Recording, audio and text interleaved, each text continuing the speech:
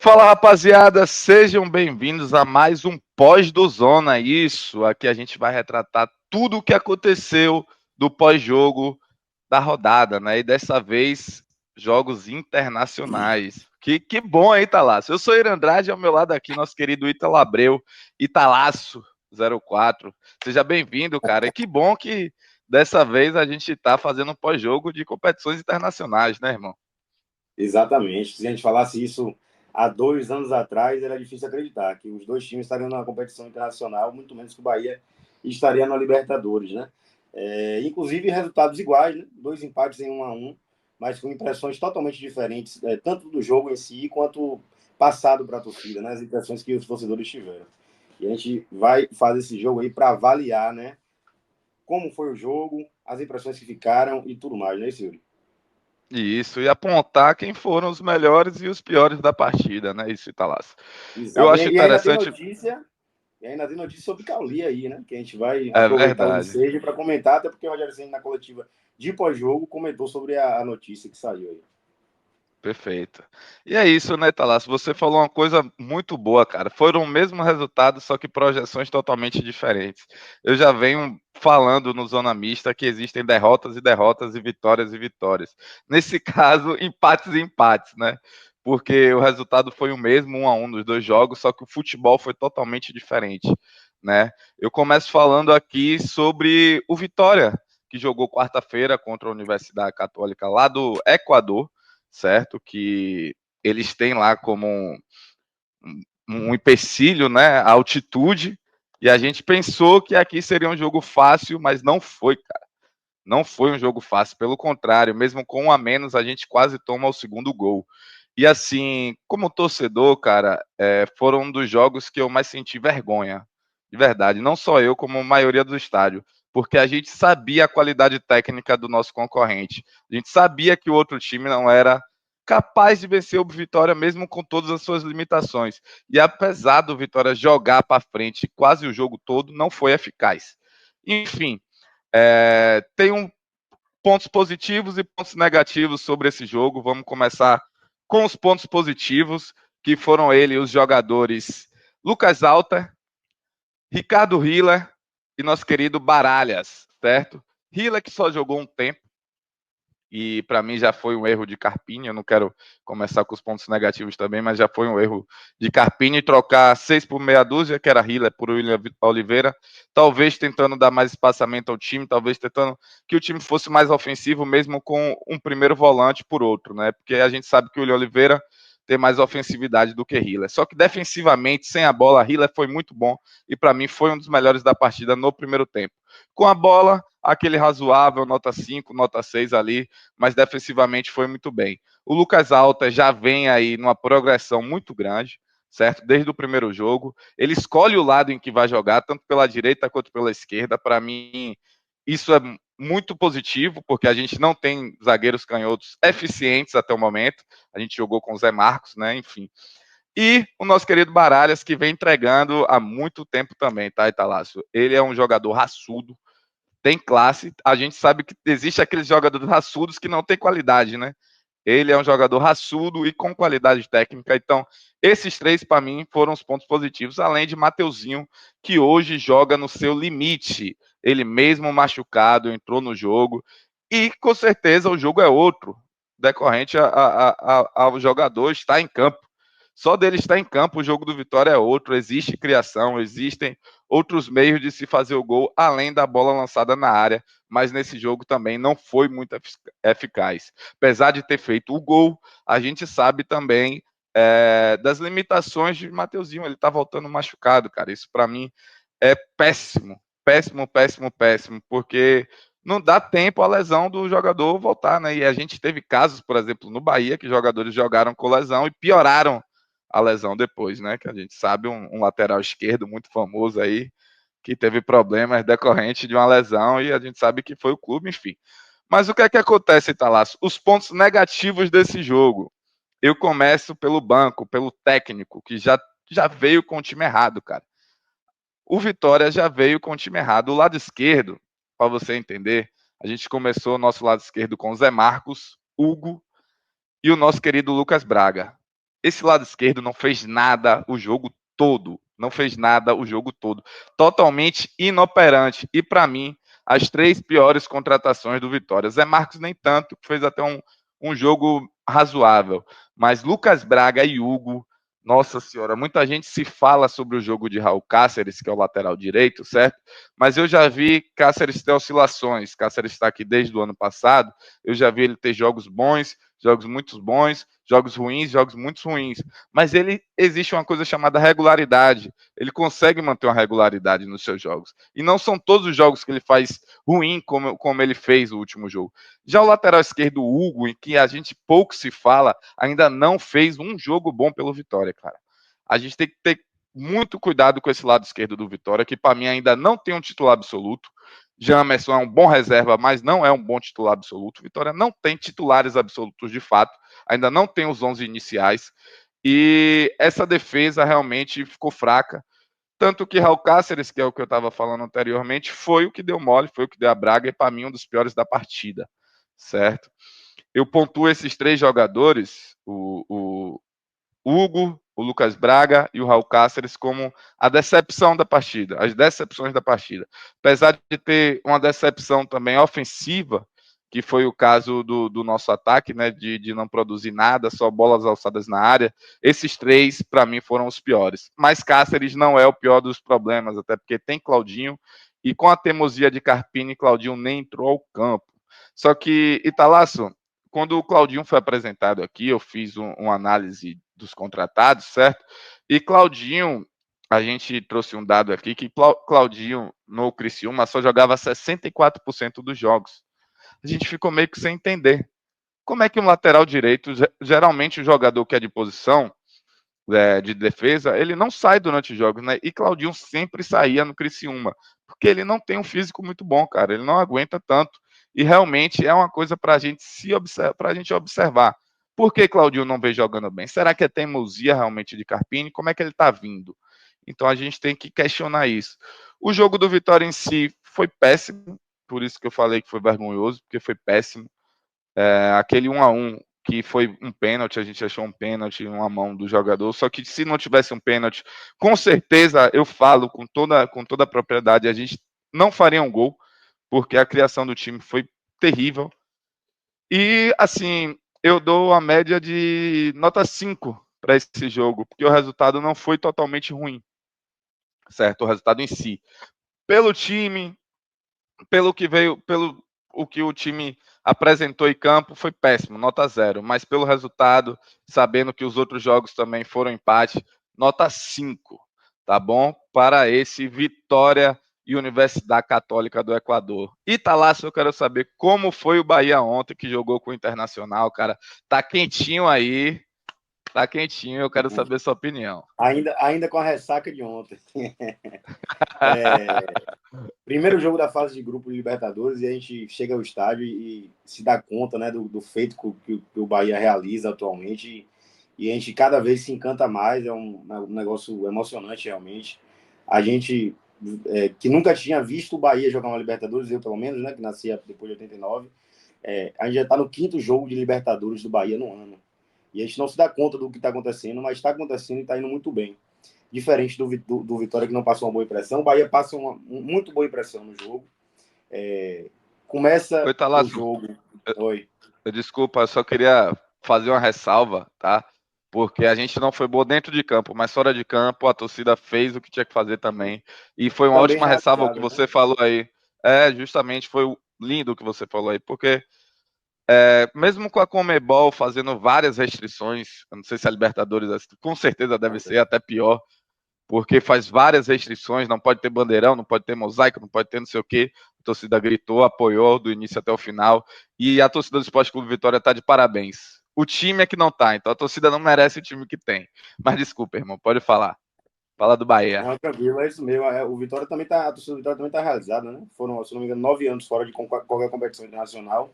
E é mágico o que o Vitória viveu nos últimos anos, de chegar uma quarta-feira de Sul-Americana, como foi lá no Barradão, né?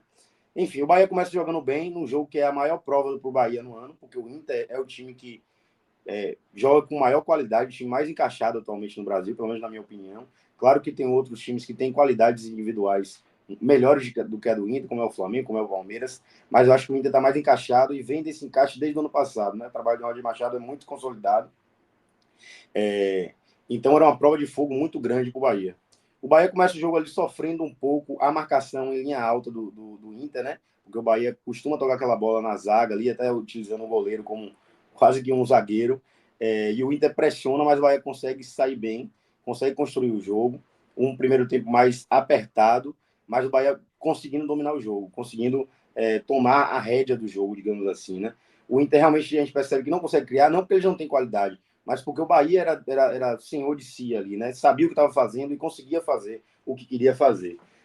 Mas acontece que o resultado não veio como esperado, né? Apesar de o Bahia ter o domínio do jogo, o resultado foi do empate, né? O Inter vem aqui, toma 2 pontos do Bahia, e eu acho que é o que falta ainda para esse time de Rogério Ceni, essa concentração, sabe, até o fim do jogo, conseguir manter essa concentração até o fim do jogo, porque até os 70 minutos, 80, o Bahia fica muito bem, consegue impor seu ritmo sem falhas individuais. Mas geralmente no final dos jogos tem acontecido falhas individuais e também falhas coletivas de marcação, de não desconcentrar do modelo de jogo. E eu acho que foi o que aconteceu ontem. Depois do Bahia ter aberto o placar, ali, 73 minutos de jogo, mais ou menos, com uma jogada fantástica, né?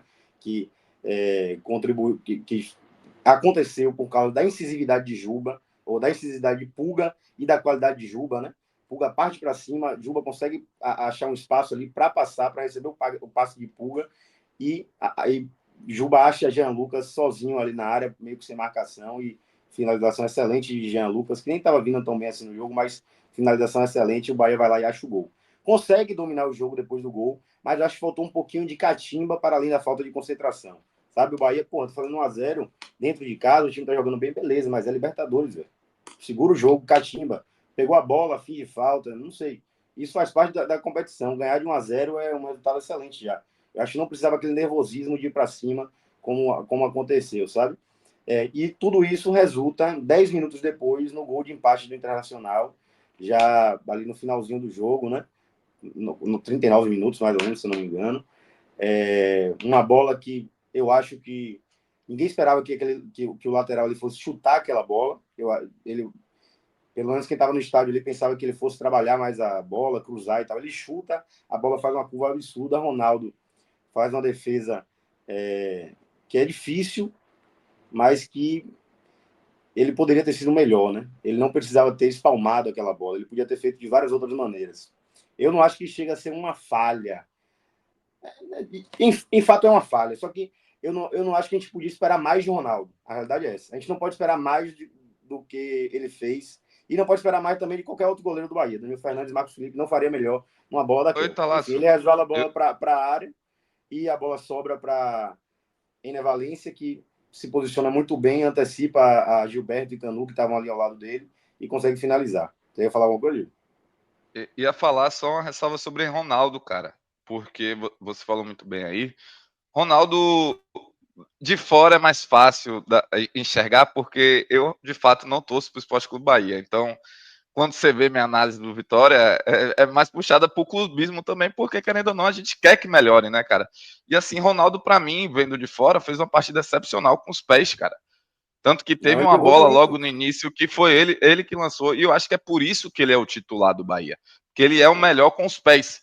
E é o que atrai Rogério Ceni também. E com as mãos ele também é muito seguro. Eu não acredito que tenha sido uma falha assim, sabe? Ele poderia ter feito diferente, poderia. Mas também não acredito que o gol foi por culpa dele, sabe? Ele Não, foi jogou uma muito bem sequência a de erros área. ali. Erro de deixar aquela jogada ser construída pela lateral, depois um erro dele também, de ter resvalado para dentro da área, e um erro de Canu e Gilberto de não ter se antecipado. Era até difícil, qualquer desses erros eram difíceis de ter. O Bahia ter se antecipado e não ter sofrido esse gol. Mas eu acho que também o resultado final da partida para Ronaldo foi positivo. Ele jogou bem, um jogador que foi sólido no jogo e constante, jogou bem. Sabe? Essa falha acontece porque realmente a gente precisa de um goleiro de maior qualidade. E o máximo que ele pode oferecer para a gente é isso, né? Um jogador sólido, mais nada do que isso. Enfim, vamos para os melhores e piores em campos, né? Como você elegeu aí. E é difícil, porque o Bahia, como jogou bem, quando joga mal, a gente quer eleger vários que jogaram mal. Quando joga bem, a gente quer eleger vários que jogam bem, tá ligado? E é difícil para mim por isso, porque eu acho que eu tendo a escolher Eric Puga, porque Eric Puga naturalmente tem uma qualidade excelente, um cara para cima, aquela coisa que faz o jogo ficar mais bonito. Só que para mim não dá para deixar a escolha de Caio Alexandre de lado, velho. Caio Alexandre jogou muita bola. Nesses minutos iniciais aí que eu comentei que o Inter veio mais para cima do Bahia, né? Fez aquela marcação mais alta. Caio Alexandre salvou algumas bolas que a zaga não conseguiu segurar, porque o Inter tinha mais jogadores ali da área do Bahia. Ele vinha buscar essa bola, e ao mesmo tempo, quando recebia no meio de campo, ele conseguia distribuir o jogo muito bem.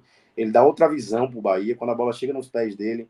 O meio-campo parece que tem um meio-campo de verdade, né? Parece que abre a visão do time, assim, e o Bahia consegue se movimentar melhor. Então, para mim, melhor em campo é o Caio Alexandre, com menção muito honrosa a Puga e Jean Lucas por ter feito o gol também. Porra, e Juba também. É isso que eu falo, tem muita gente para falar. Pior em Ô, campo também é Italaço, difícil de escolher.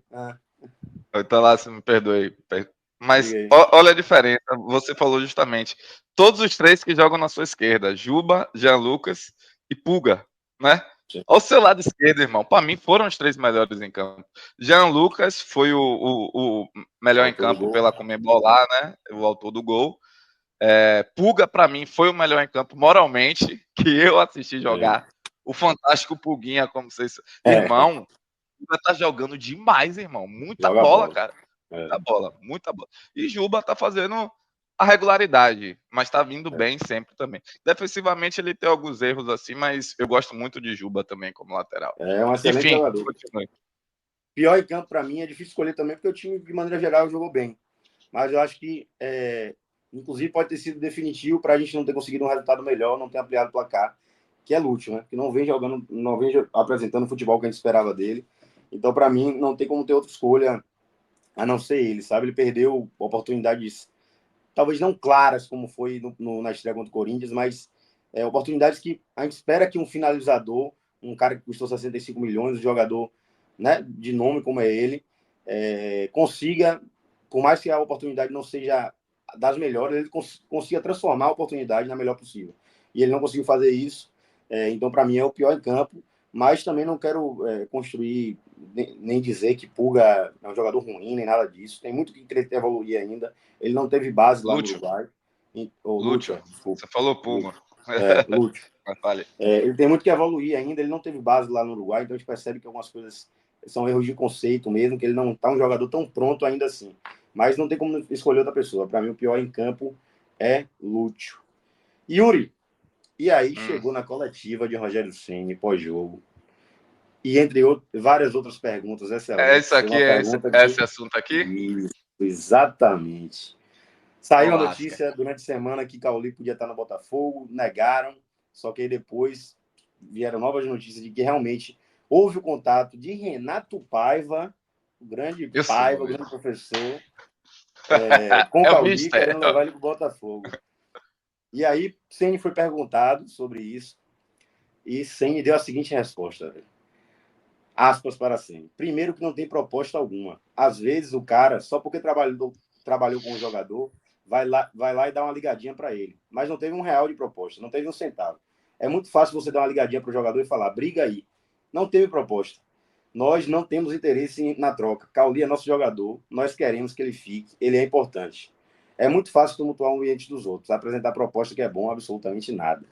Ceni lascou o texto, lascou o Paiva em banda aí. Não O gostou da cara atitude aqui, do Paiva. o cara aqui ia meter um Tadala pra dentro. Foi pra cima. E as notícias sobre isso são as seguintes, trazidas pelo grande Elton Serra, referência do jornalismo baiano, lá na ESPN, é de que realmente houve a procura por Cauli, e iniciada por Paiva, não diretamente ao clube. E isso chegou ao clube e o Botafogo ofereceu a troca entre Cauli e Matheus Martins. O Bahia foi lá e falou, beleza, velho, se você quer trocar jogador, a gente troca, mas você tem que ser Igor Jesus ou Savarino. Aí eu acho que o Botafogo nem respondeu, né? Entendeu que o São os Bahia, dois que para melhores. chegar aqui, hoje em dia, e tirar algum jogador é mais difícil. Então é isso, sobre Cauli é isso aí. Rodada muito interessante, nossa avaliação também legal. E aí, Yuri? É verdade, cara. É super importante. Eu vejo isso com bons olhos, sabe? Até pro futebol nordestino, futebol baiano. Vocês chegaram primeiro nessa corrida, né? Até porque a gente está sentindo a falta de jogadores serem tomados justamente o Lucas Esteves e o Wagner Leonardo, que foram peças importantíssimas e que hoje não estão mais no clube porque o financeiro conta, o financeiro pesa, e vocês não estão sofrendo mais com esse problema, né, Italás? Imagino o quanto deve estar feliz, apesar de que Cauli, sinceramente, não está demonstrando bom futebol ultimamente. Ontem, para mim, não jogou esse futebol todo, tá? Não foi relevante pro placar da partida, mas é um bom jogador e merece muito estar no Esporte Clube Bahia, tá? E só um adendo também, Paiva teve um corte antes dele ir pro Botafogo, lá no Charla Podcast, ele estava falando como ele trouxe Cauli e ele se acha super responsável pela vinda de Cauli pro Bahia, né? Que ele jogava lá na Bélgica, na Bulgária ou Bélgica, né? Na Bulgária, se não me engano. No Ludogorets. Ludogorets, perfeito. E aí ele estava falando como que Cauli veio para o Bahia e ele justifica muitas coisas achando que Cauli veio para o Bahia por causa dele, porque ele já tinha achado... Enfim, vamos aguardar as cenas dos próximos capítulos, mas eu sei que o Bahia não vai fazer jogo fácil para que Cauli saia. É isso, Italaço, esse foi mais um plantão não, pai. Um pós-jogo do Zona. Curtiram? Se você curtiu, deixa seu like. Se inscreva no canal, a gente tá chegando a 1 ano aí. Ajude a gente espera aparecer mais vezes aqui. Pra gente é difícil fazer o pós-jogo, às vezes a gente tá ocupado. Mas a gente espera aparecer mais vezes aqui para avaliar o pós-rodada de Bahia e Vitória. É isso, deixa seu comentário aí, deixa seu feedback. Claro que a gente quer saber quando a gente erra, quando a gente acerta. E você, público do Zona, é importantíssimo para isso. Fechou? Deixa seu like, segue a gente nas redes sociais e até a próxima. Valeu!